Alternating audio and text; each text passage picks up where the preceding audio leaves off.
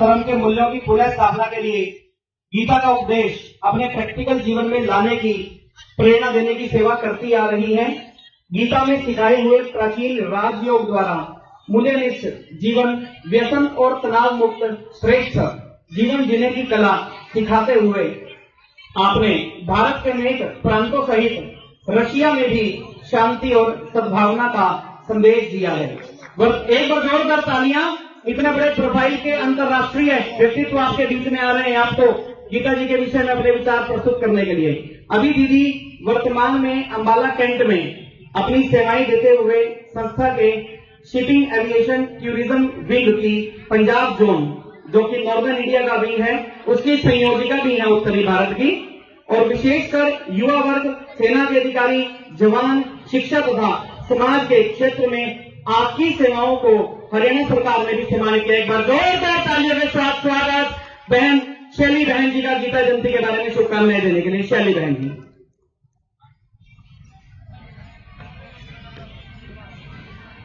ओम शांति।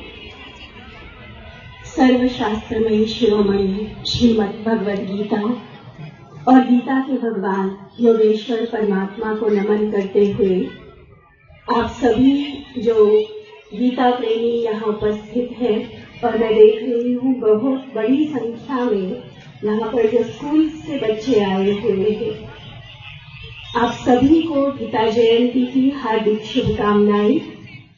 सनातन धर्म का हमारा सबसे प्राचीन ग्रंथ, जो न सिर्फ सनातन धर्म का लेकिन संसार के जितने सारे धार्मिक मूल्य हैं, उन सभी मूल्यों की जो आधारशिला है वो हमारी गीता जी है।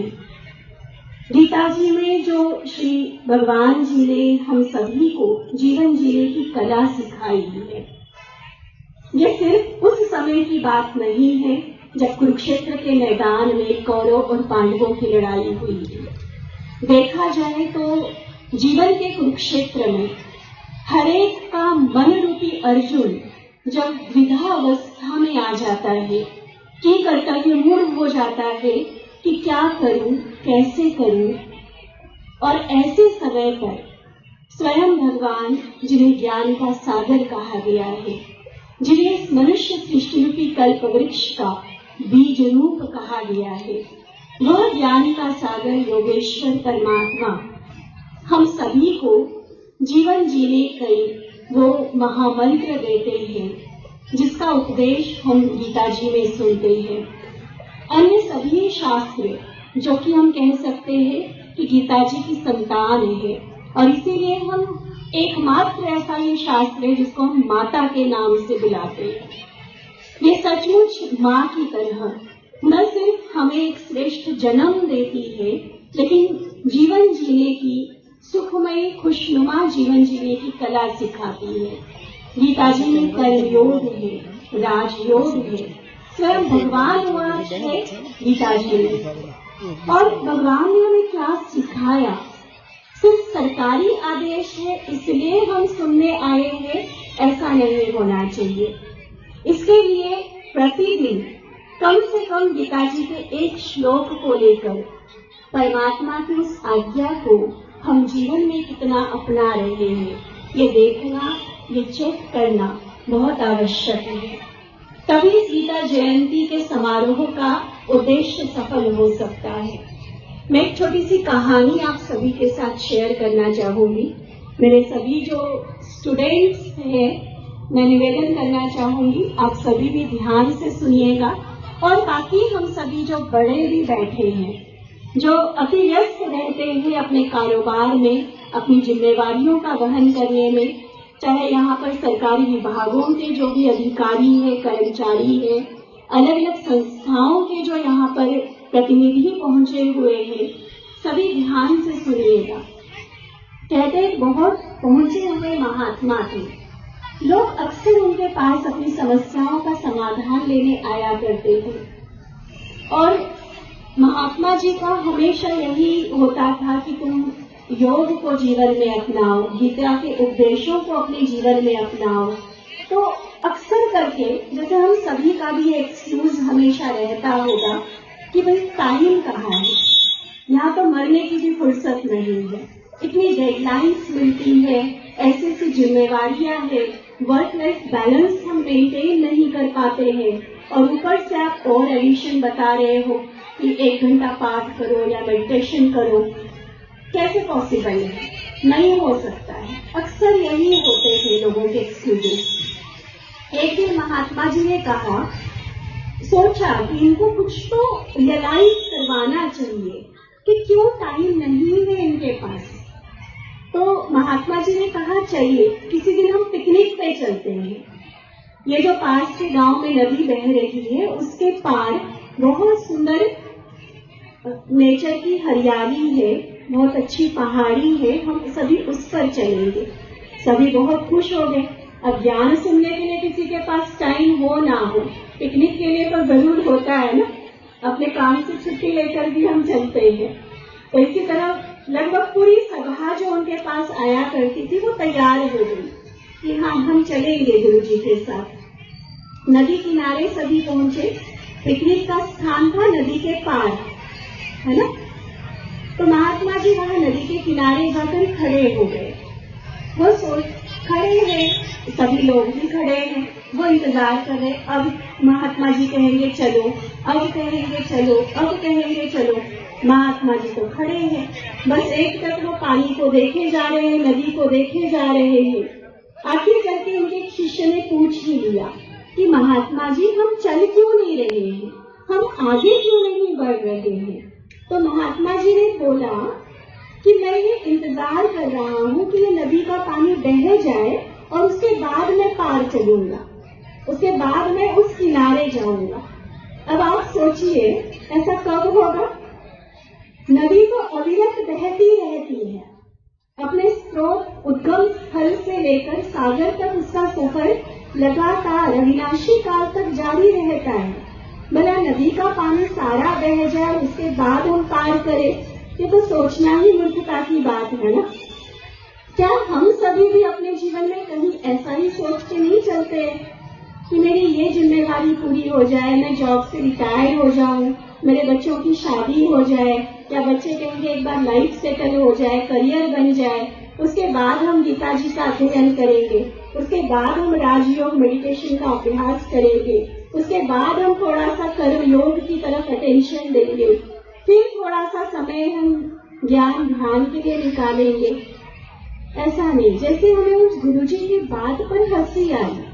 बिल्कुल आज जरूरत है खुद के ऊपर हंसने की, क्योंकि हम भी कहीं न कहीं माइंड में यही कैलकुलेशंस लेकर चल रहे हैं, मन को कुछ शर्तें डालकर चल रहे हैं।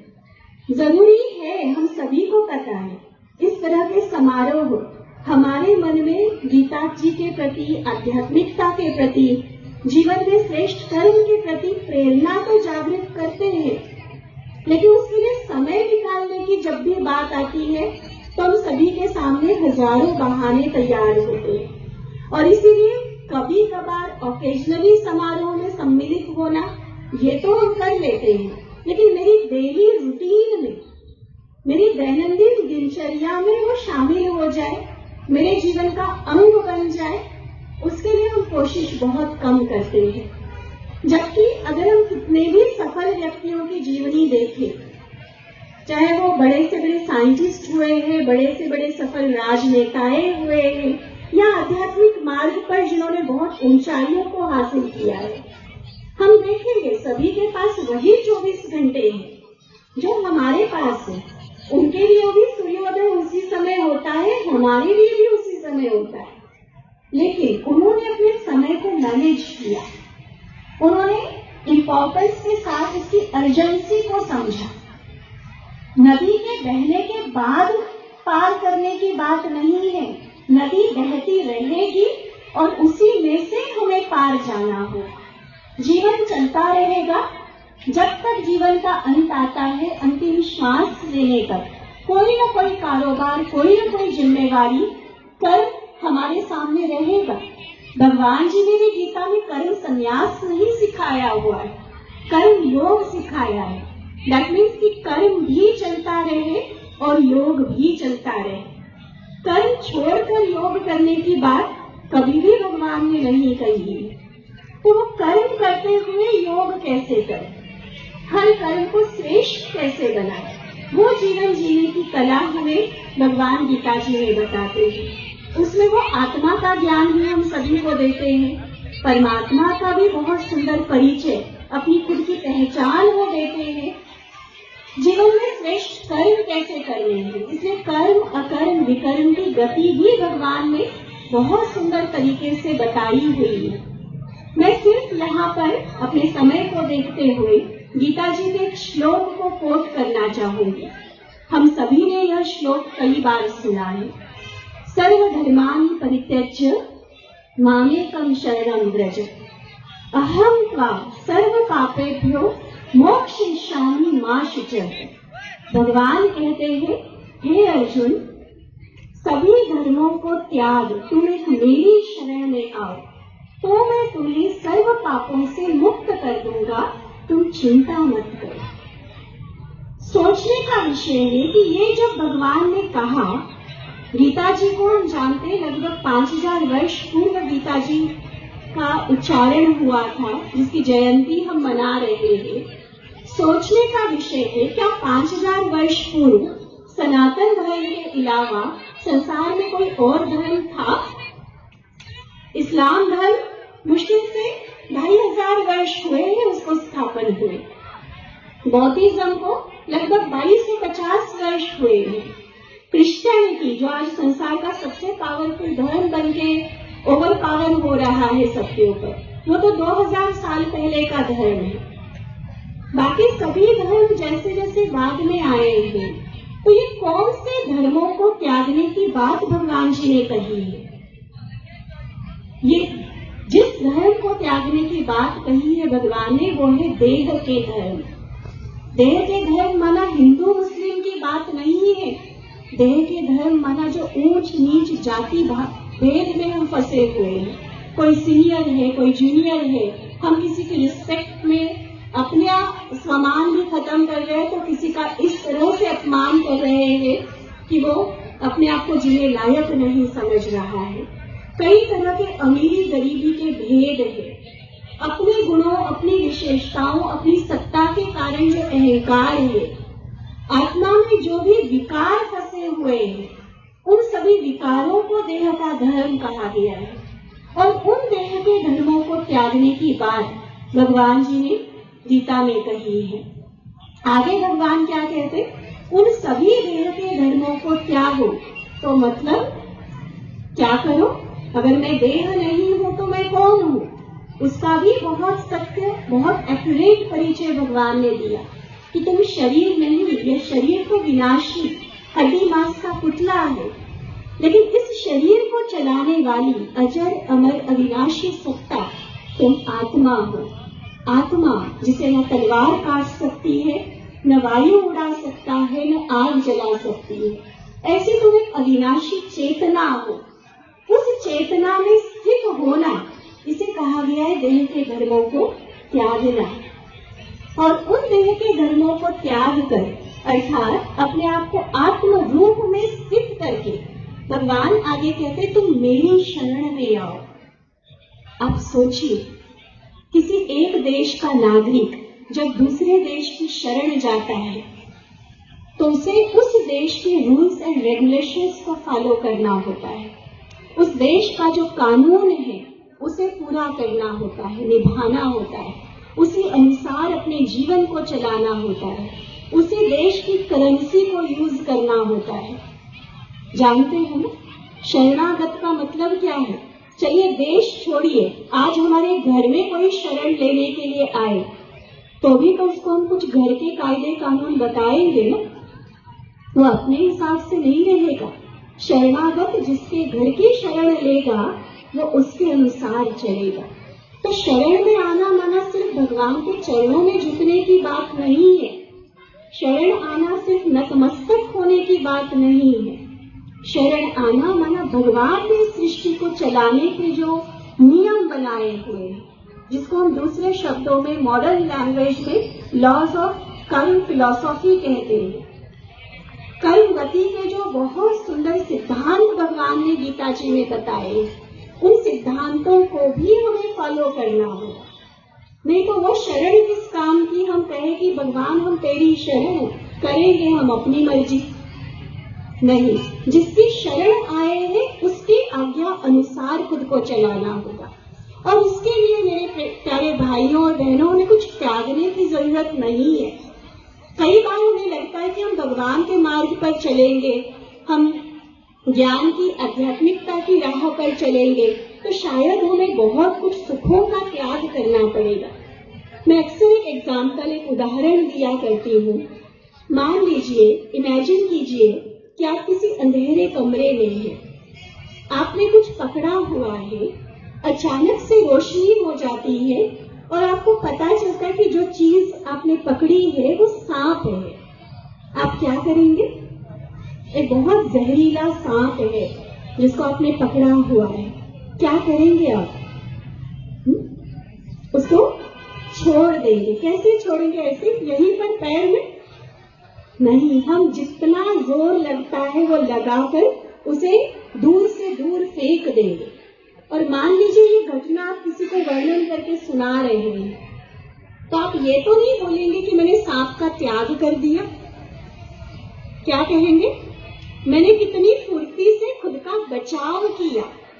आप ये इन शब्दों में सुनाएंगे। उस सांप को फेंकने का आपको दुख नहीं होगा, उसके कारण आपके जीवन में कोई कमी नहीं आएगी, और ये आप खुशी अनुभव करेंगे कि पता नहीं वो सांप मेरे साथ क्या कर देता, लेकिन मैंने खुद को बचा लिया।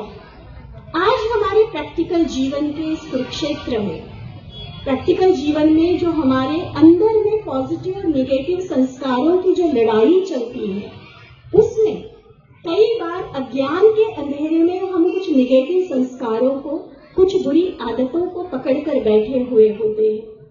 जो बुरी आदतें, वो बुरी सोच, नेगेटिव एटीट्यूड हमें खुद भी दुखी कर रहा होता है। जाने अनजाने में हम अपनों को भी दुखी कर रहे होते हैं, लेकिन हमें पता नहीं चलता कि हम दुखी क्यों हो रहे हैं। हम किसी और को दोष दे रहे होते हैं। शायद सरकार की पॉलिसीज ऐसी है, इतने नियम लागू हो रहे हैं, इतनी गाइडलाइंस दी जा रही है, मेरे पड़ोसी ऐसे है, मेरा बॉस ऐसा है, मेरे साथी अच्छे नहीं मिले हैं, कोई नहीं मिलता तो भगवान जी ने पता नहीं मेरी किस्मत ऐसी क्यों बनाई। दुख मिल रहा है, पता चल रहा है, लेकिन दोष किसी और को डाला जा रहा है। अब ज्ञान की रोशनी के साथ हमें ये रियलाइज करने की जरूरत है कि कहीं हम उन सांपों को, जिसको गीता जी में मनोविकार कहा गया है, उन सांपों को पकड़ के तो नहीं रखा हुआ है। उन सांपों को, उन मनोविकारों को छोड़ने की शिक्षा, जिस आधार पर जीवन फिर से खुशनुमा बन सकता है, खुशनसीब बन सकता है, वो शिक्षा हमें गीता जी में मिलती है। मुझे बेहद खुशी है इस बात की कि मैं जिस संस्था के साथ जुड़ी हुई हूँ, एक आध्यात्मिक विश्वव्यापी संस्था 147 देशों में जो कार्य कर रही है, गीता जी के इन्हीं उपदेशों को साथ लेकर राजयोग, मेडिटेशन और प्रैक्टिकल कर्म योग जो भगवान ने सिखाया है, उसी को लेकर हम सनातन धर्म को फिर से संसार में पुनर्स्थापित करने का प्रयास कर रहे हैं। और मुझे ये बताते हुए सिर्फ खुशी नहीं, लेकिन गर्व अनुभव होता है कि आज लाखों लोग अपने घर गृहस्थ में, परिवार में रहते हुए भी गीता जी ने जिसको महाशत्रु कहा गया, उस काम विकार पर जीत पाकर संपूर्ण ब्रह्मचर्य का पालन करते हुए पवित्र कमल फूल समान जीवन व्यतीत कर रहे हैं। आज लाखों युवा जो ब्रह्मा कुमारी के साथ जुड़े हुए हैं, संपूर्ण चरित्रवान, मूल्यनिष्ठ जीवन व्यतीत कर रहे हैं। मेरे जैसी बहनें, लगभग 50,000 बहनें बाल ब्रह्मचारिणी और संपूर्ण पवित्र जीवन भगवान की और मानवता की सेवा में समर्पित होकर चल रही है, सिर्फ एक ही उद्देश्य के साथ। जो व्यसन, जो बुराइयां, जो नेगेटिविटी रूपी असुर जिन्होंने आज इस पूरे संसार पर कब्जा किया हुआ है, इस गीता ज्ञान से, परमात्मा की शक्ति से, राजयोग के बल से हमें फिर से इन विकारों को जीतना है। बहुत सुंदर बात भगवान जी ने कही है, मन जीते जगत जीत। तो उस मन को जीतने की कला, मन को मारना नहीं है, इच्छाओं को मारना नहीं है, उसे सिर्फ एक पॉजिटिव दिशा में लेकर चलना है। और यही शिक्षा जो गीता जी के द्वारा हमें मिलती है। आज गीता जयंती के शुभ अवसर पर मैं आप सभी के लिए परमात्मा से यही प्रार्थना करना चाहूंगी कि उन उपदेशों को, चलिए गीता जी के 18 अध्याय नहीं, कम से कम एक श्लोक को भी हम अपने जीवन का अंग बनाकर चले तो परमात्मा का एक एक महावाक्य लाखों करोड़ों के रतन से भी कीमती है। हमारे जीवन को वो कीमती मूल्यवान बना देगा। और ऐसे परमात्मा महावाक्यों को अगर एक श्लोक को भी हम जीवन में उतारने का आज के दिन लक्ष्य ले तो मुझे लगता है कि ये समारोह सफल होगा। फिर से एक बार आप सभी को गीता जयंती की बहुत सारी शुभकामनाएं। आपके लिए यही दुआ है, आप स्वस्थ रहे, खुश रहे, परमात्मा प्यार में पलते हुए सदा सभी को खुशियां लुटाते रहे। ओम शांति। ओम शांति। दीदी बहुत सुंदर, एक बार जोरदार तालियों से अभिवादन करते। दीदी ने बहुत सुंदर